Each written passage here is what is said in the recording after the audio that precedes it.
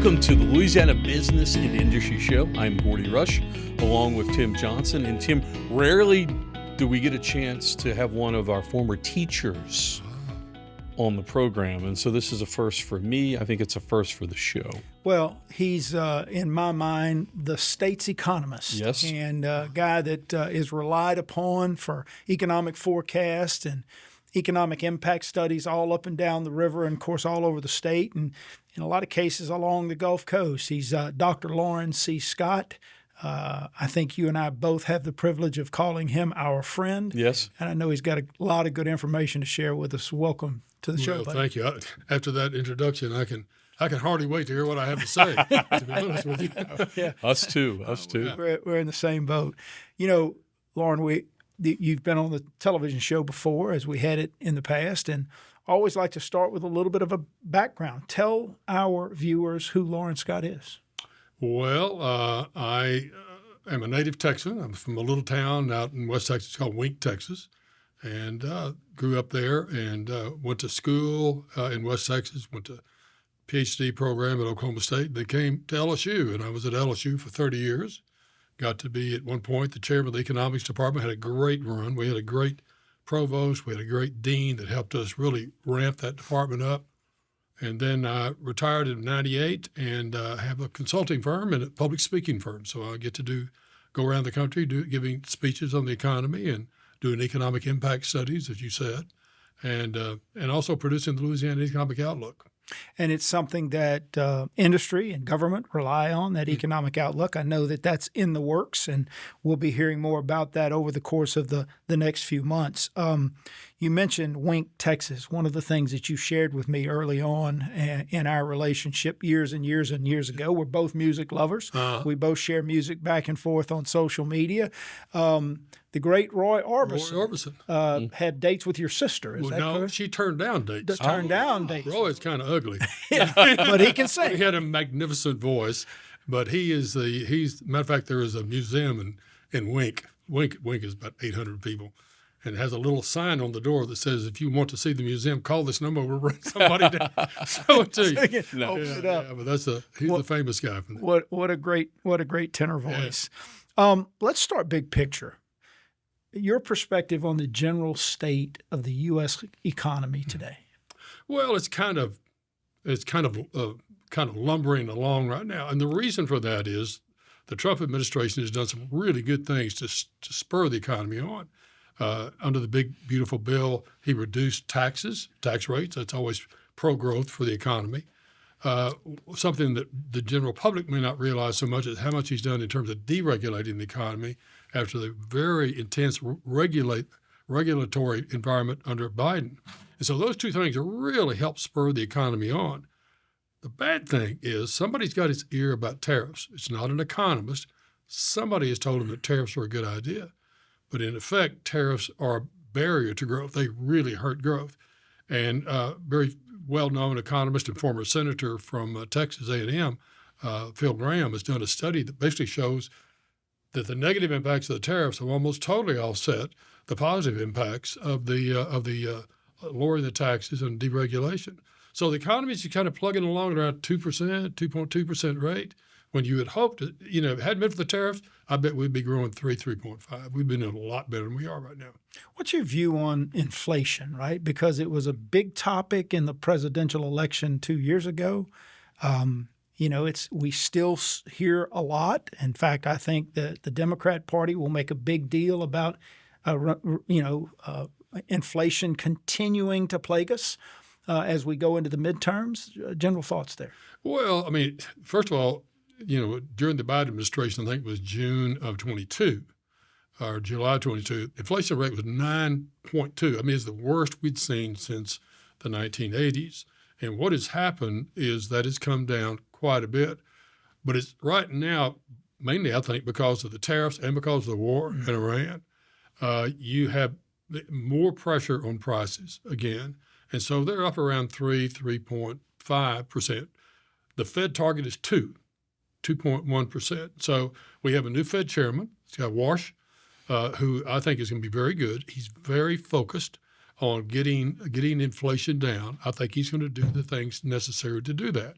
And one of those things is he's going to be reducing the supply of money out there. And when you do that, that's going to bring inflation down, but it also has a tendency to slow the economy down too.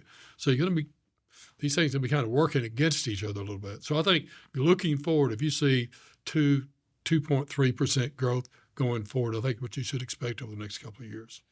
If you would, you've got, of course, known for the Louisiana Economic Outlook, latest version.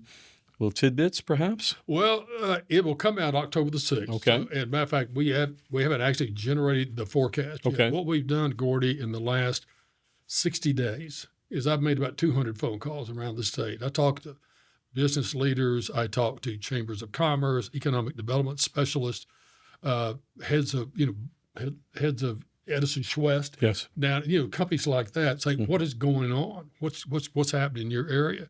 And that really, we don't really sit in our office and look at the Bureau of Labor Statistics numbers and generate models. We actually rely on what they tell us to generate our forecast. And so right now, it kind of depends on where you are. If you are in the middle part of the state, anything above I-10, Alexandria, Monroe, Shreveport, you will find that that's been just a desert, economic desert for the last several years. As a matter of fact, Shreveport has fewer people employed today than in 2008. Wow. Monroe has fewer people employed today than 2002. And Alexandria is pretty much like that. Well, the good news is that's starting to change because of the data centers. Right. Each one of these areas have got data centers now. So you're going to start to see, reversal in those trends, especially in Monroe. Yeah. The Monroe area is just going to go off the charts, right? Because of the meta center up there. If you come to the oil patch, Houma, Lafayette area, it's more of a mixed bag. You're not seeing a whole lot of anything happening. There's not really anything really bad, except Lafayette lost a major business, about 550 people this past year.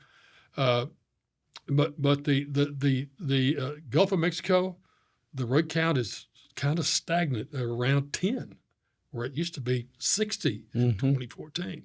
So that area has not been doing great. Now, the one good thing for people to watch on this is that the Navy has discovered autonomous ships that aren't run by people. They sent them out. Now, the reason this made such big news lately, remember the two helicopter pilots that went down in Iran? Right. They sent an autonomous ship out to get that.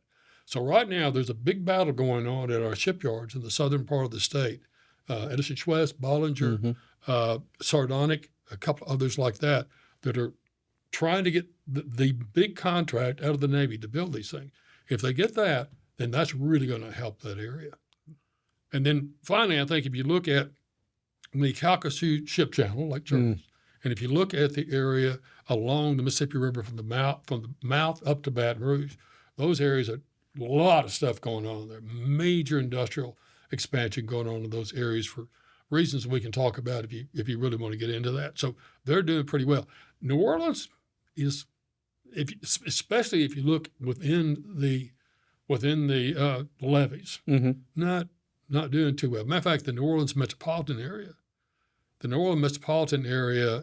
is actually about 50,000 jobs below where they were in 1999. That's when they peaked in 1999. Yeah. They haven't even fully recovered from the COVID shutdown. So they really had a struggle. And I know Tim and I have talked about one of the reasons that they haven't done a lot better is because if you come northwest out of New Orleans to, I call the religious parishes, St. Charles, St. John, St. James, the governing bodies there have let the non-governmental organizations just take too much power there. And so they've stopped some major industrial projects that could have gotten those areas going. But they I think, pay way too much attention to these folks and are not pushing back hard enough on them. Although you're starting to do that now. Yeah. I know Desiree is working on that. You guys are working on that. Finally pushing back against them what they really need to do to get New Orleans going again. Well, and that really leads us to where we want to go next and talk about a lot of this new project activity in Louisiana. But I want to start with sort of these emerging industries, some new energy and emerging projects there, these data centers that we're seeing, the LNG terminals that are we've seen proliferate over the course of the last few years, and now we're hearing a lot of talk about nuclear manufacturing coming to the state and the possibility of positioning ourselves to take advantage of that. We are an oil and gas state. We're a petrochem state. We have been for a long time, and I think we will remain that way for a long time. But these new opportunities that are coming to us, I've been a person that has believed most of my adult career that two things can be true at once. We can do both, right? We can protect our traditional economic base while we look to expand into these new areas. What's your perspective? Sure, I think it's true. And of course, if you look, the Land Administration has been touting this huge number of new projects, and the value of those projects are really enormous. If you look at the why are we getting these? And the primary reason for that is because of the difference in the price of natural gas here versus Europe and Asia. And what happened is, if you went back to prior to 2008, 2009, the price of natural gas in the United States was in the teens.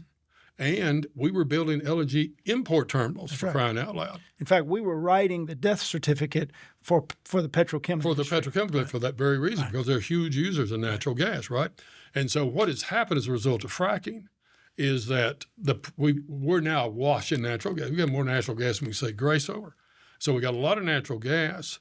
And so the price of natural gas here is around 3 per million BTU, whereas in Europe and Asia, well, right now because of the war, well, the other impacts of war, it's up around $18 to $21 per million BTU. So if you're BASF and you're making ammonia fertilizer out of natural gas, are you going to build your plant or expand your plant in Germany where the price is $18 for that natural gas, or in Louisiana or the Texas coast where the price is $3? Well, it's an easy decision.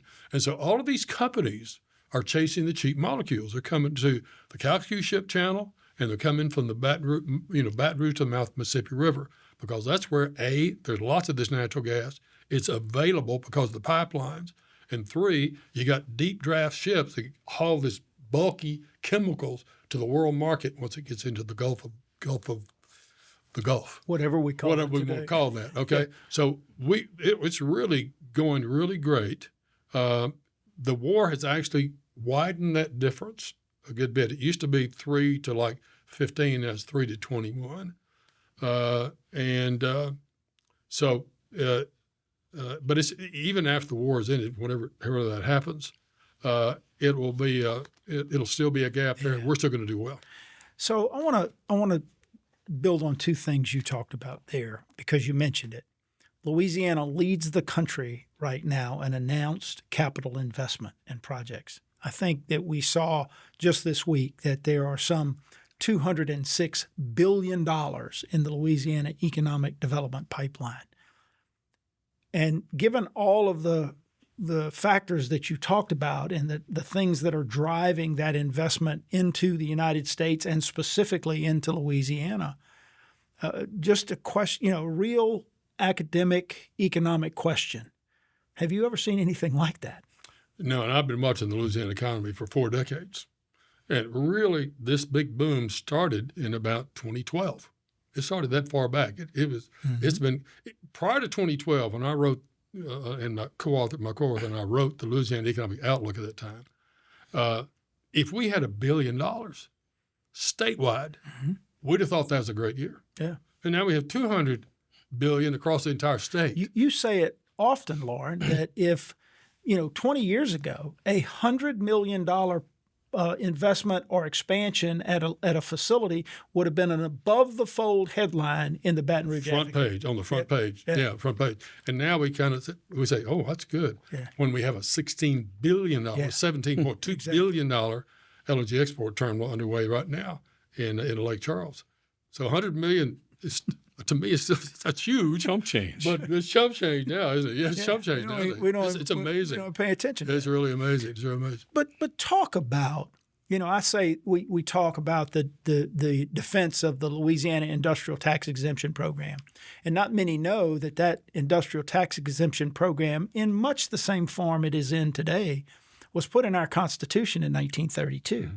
And what I say is, even back in 1932, Louisiana's leaders recognized that manufacturing investment was the key to a thriving economy, that value-added manufacturing. Talk about that from an economist perspective. Well, I have two comments. Help me remember the second one. But the first one is about the industrial tax exemption.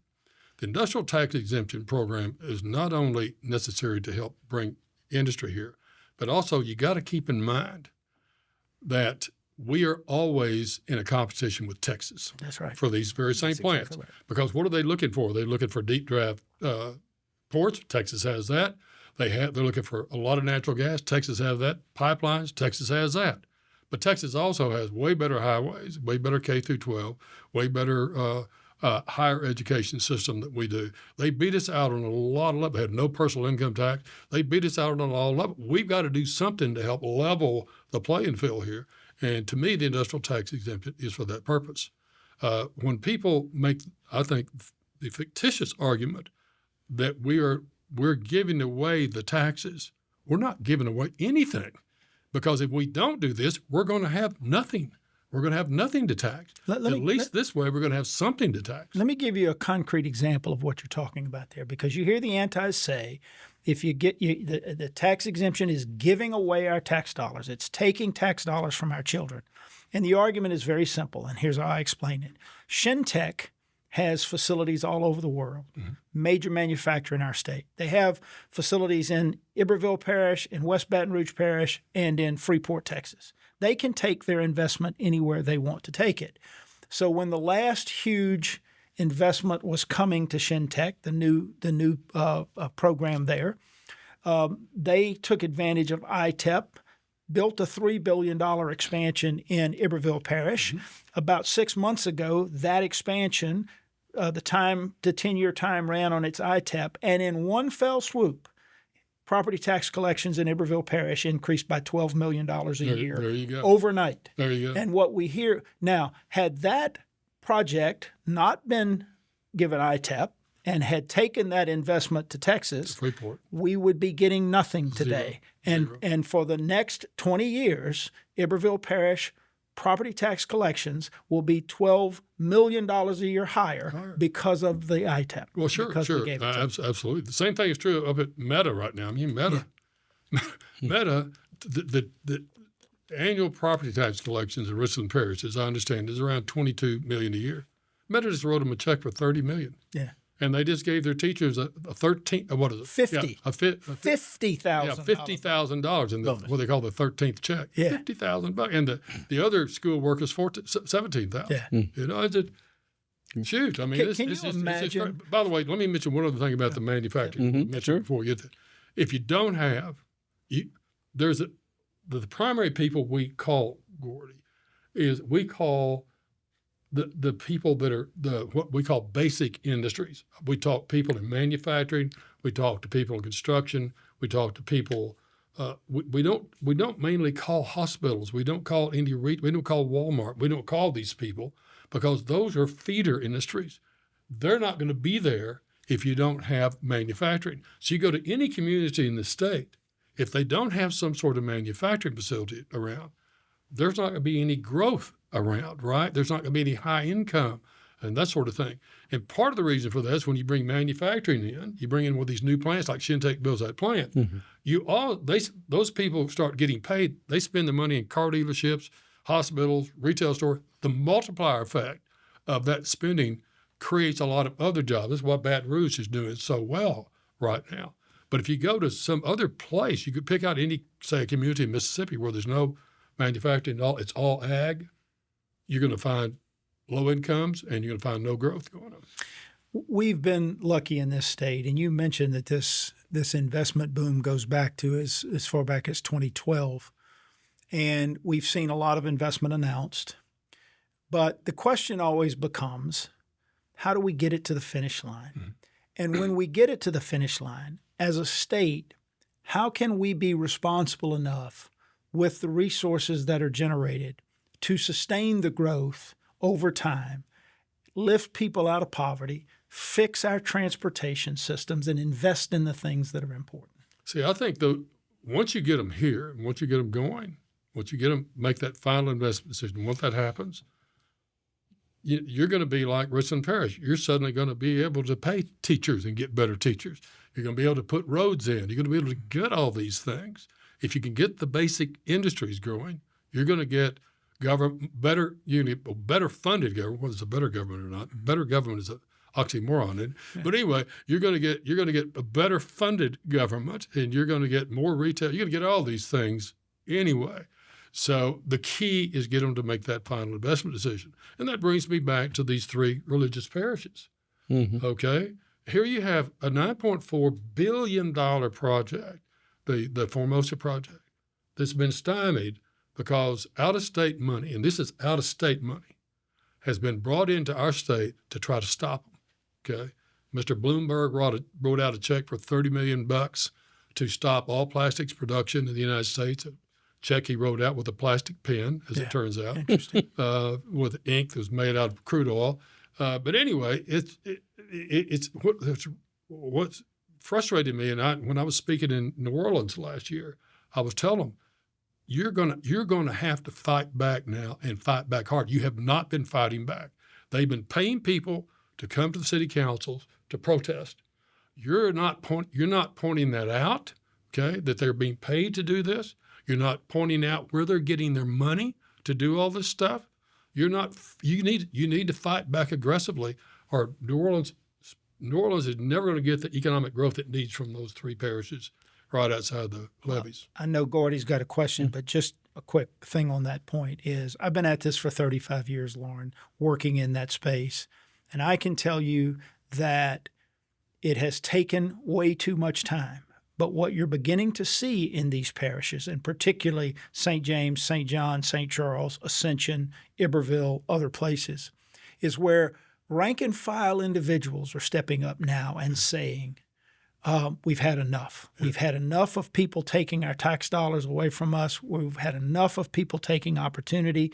We've had enough of these folks being funded by out-of-state entities coming in here, wreaking havoc, and then leaving with no plan of their own. And I personally give Desiree Lemoyne and Industry Makes and that group a whole lot of credit. You see people like Robbie Poche just doesn't work for industry. I think sells insurance or works in some other sort of business in St. James Parish, rising up and saying, I'm not sitting back and being quiet anymore. No. It's costing our children, and we got to stop it. And so I think that this groundswell is beginning to come, and I think it can overwhelm this because what you and I both know is there are vastly more people in this state that support industry and the good it does than those who would oppose it without state money. Right. Dr. Scott, 2025 saw a reversal in migration. How do we sustain that? How important is that to the state? Well, I think the way you reverse the migration issue, I think people move where the jobs are. I think really is a pocketbook thing. And I think if you look at different migration patterns across states, the reason a state does not grow is because opportunities are not there. Mm-hmm. So if you start creating the opportunities there, if you know what we have going on right now is very helpful. And I think there's a reason why suddenly we see some evidence of a turnaround in these migration patterns. I think the key there is economic growth, good economic growth. Economic growth is going to create good paying jobs. And I'll tell you what, the kind of jobs we're talking about here that are in this $200 billion plus, these are some of the highest wage jobs in the state by a mile. Because you look at refining, petrochemicals, the data centers, and those are some of the highest wage jobs in the state. So we're doing the right things, and I think ultimately what will happen is that will turn things around. I want to mention that before we close here. I was in a meeting last night, and we were talking about the process operation 2-year degree at River Parishes Community College. And I heard a statistic mentioned, and I believe it to be true, that the research shows that a young man or young woman takes the 2-year process technology degree program at River Parishes Community College or any of the other community colleges in the state. And 5 years after graduation, that group is averaging $130,000 a year in salary plus benefits, and that's not including overtime. So you're talking about a young man and young woman at 18 years old, graduates from high school, gets into a 2-year degree program, finishes that at 20 years old, and at 24, 25, they're already making $130,000 a year plus full benefits. That's what's going to lift our state and our people out of poverty. Absolutely. And the plants need for the kids to get excited about that, because the plants, the average age of the people in the plants right now, the plants have a problem. Yeah. They have an age problem because their workforce is aging. They need these kids to come along. And again, these are just absolutely great opportunities. Great careers. Yeah. Anything else that's important for you to share to business and industry in our state? I don't think so. I just I think we're entering a couple of years that are going to be really good years. There's an odd thing that's happening with the numbers that are coming out of the Bureau of Labor Statistics that don't make any sense to me. They're showing that we have not had a very good first half of the year, especially a very good first quarter this year, which doesn't match with anything, Gordy, that I saw in all these phone calls I'm making around the state. Yeah. People say, what the heck? For example, they're saying the BLS data are showing that Shreveport lost jobs in every month except 2 in the first half of the year. And they're filling up the old General Motors facility with jobs at the SLB plant. They got the new Amazon distribution center up there that's just adding thousands of jobs. And you say, how could this possibly be true? So one of the things we're struggling with right now, frankly, are some of the data coming out of Washington, D.C. that make absolutely no sense to us. Well, that's one of the things we have to struggle with as we do the forecast. Thank you for being with us today. No problem. It's always interesting, always fun. Always fun, too. Gordy, good to see you. Thank you, and absolutely good to see you. Tim, another great show in the can. This has been the Louisiana Business and Industry Show.